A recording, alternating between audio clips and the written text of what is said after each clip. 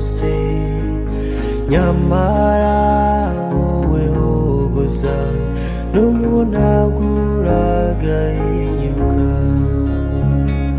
bituma nkuratanya nyamibwa y'igikundiro bituma nkuratanya nyamibwa y'igikundiro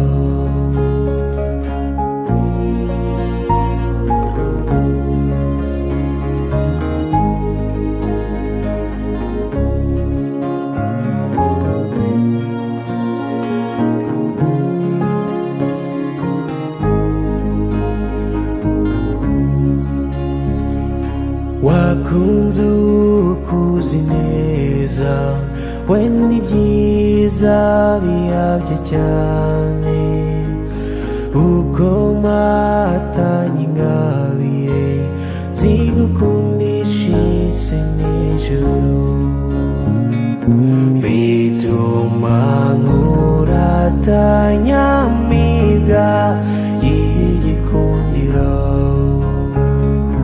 bituma nkuratanya nyamibwa y'igikundiro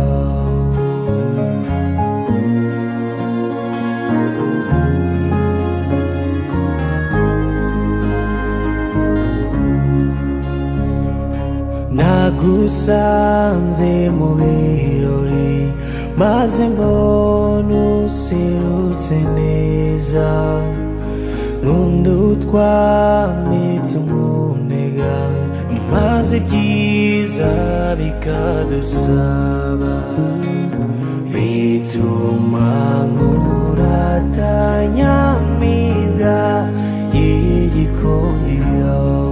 Gahunda za Vala Media TV uyu ni umwanya mbere cyo kubagezaho ikiganiro gitandukanye. Twasuye abaturage ba hirya no hino haba mu byaro ndetse no mu mujyi. Akaya twasuye abaturage muri Nyagatare. Ahangangira ngo murahabona.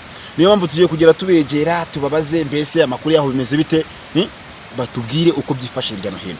Tuganire n'abaturage bajya batandukanye. Mu mupira wa papa mu mupira wa papa arambyiye ngo mehereza umupira we abanza aje kwahira ni warajya ndi mu kiganiro cy'uburetse mu kiganiro televiziyo. Hoya bana kamera vano kamera kandi aravuze ngo muhereze vuba vuba natinda kwahira muragwana cyangwa ngiye tugwane umupira wande tugwane tubibona umupira wa papa we waje umutwarira umupira huko gera vuba vuba ukura mu mera ibyo makuru nubembye gera vuba vuba ubwe papa ngranda burujura muginga oya mereza nuzogera guke abanyamakuru bino misi turabaze musigaye murebera ya wowe ndakuze sha kamera majyo asubizaho kamera yari kiriho eso we kabaye